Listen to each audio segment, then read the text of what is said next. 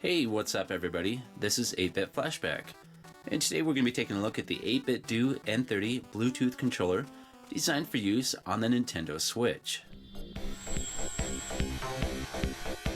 For anyone who is interested in getting one of these controllers, I did get mine from ploylab.com, and they've got a bunch of other 8BitDo and retro gaming products available as well, and I'll make sure to put a link in the description.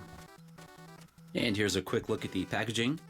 Right on the back it says for the Switch 1.0 and above firmwares, and it also works with the retro receivers, so all 8BitDo retro receivers and USB wireless adapter. Here's what comes inside the box. We got a micro USB charging cable, the instructions, and the controller itself.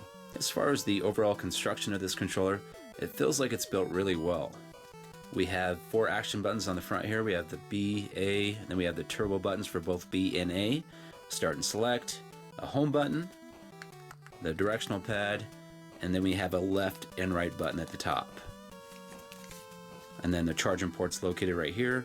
And then we have 2 LED lights, and these LED lights will indicate when the controller is on or when it's in the pairing position. So let's go ahead and pair this controller with the Nintendo Switch. So first off, make sure that you have the Bluetooth mode enabled on your Switch. Then go to the home menu and click on the controller icon. Once you're inside this menu, go ahead and grab your controller and push the start button, which will turn on the controller. Now we need to put it in pairing mode, so what we're going to do is hold the select button, and you want to hold that select button for about 3 seconds to activate the pairing mode. The LED light will be blinking slow to begin with, and once it's in the pairing mode, it'll be blinking fast. Now go ahead and select change grip order on your Nintendo Switch, and that'll put it in pairing mode, and it should automatically pair with your controller just like this. And once it is paired, you'll have a solid LED light. Now it's time to play a few games and test this controller out. So this controller is designed for use with your old school retro games such as the original NES games, but it might work with some of your older arcade games out there as well. So we'll go ahead and start with some Nintendo games and go from there.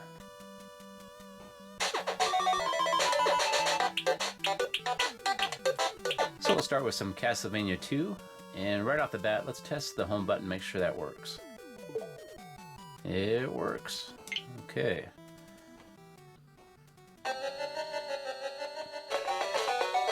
Alright, let's test some more buttons out. Here's the A button. Here's the turbo A button. Here's the B button, turbo B button, start, select just does start as well, D-pad,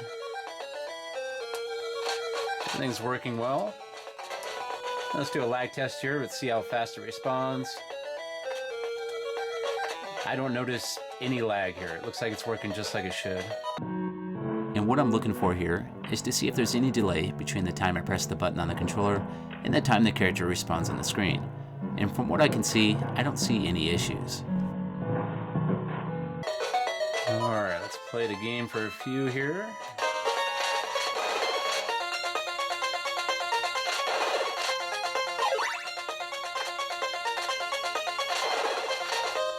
Okay, let's try some Ghosts and Goblins. So the turbo button comes in really handy with this game. So this controller seems to be working great with the Nintendo Switch. Now let's check out some other features with this controller. And here's a comparison next to an original Nintendo controller. And as you can see, they're very close to being the same size. And the colors are really close to being the same as well. But obviously the design is a little bit different, and that's going to be for copyright purposes.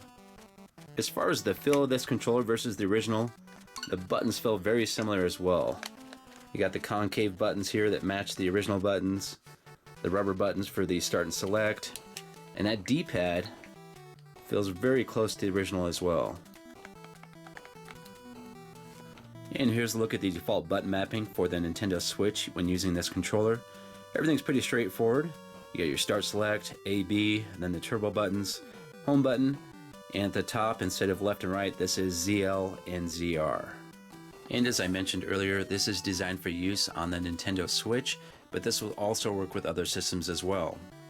This is a highly modified Nintendo Classic Edition clone that's been modified with an Android TV box that I put inside this. and this does work with this controller in the Bluetooth mode.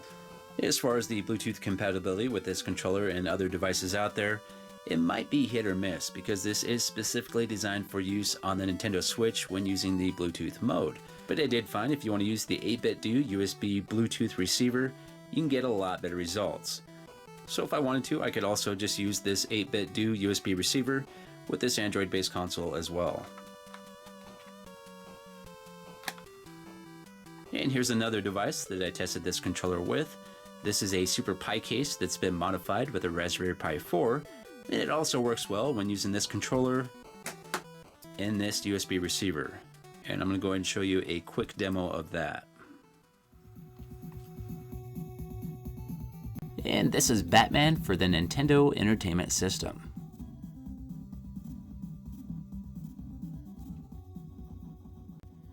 You can also use this controller with the official Nintendo Classic Edition, but you will need the 8BitDo Retro Receiver in order to make these pair together. And there is a wide variety of 8BitDo Retro Receivers for a bunch of different consoles out there that you can buy separately.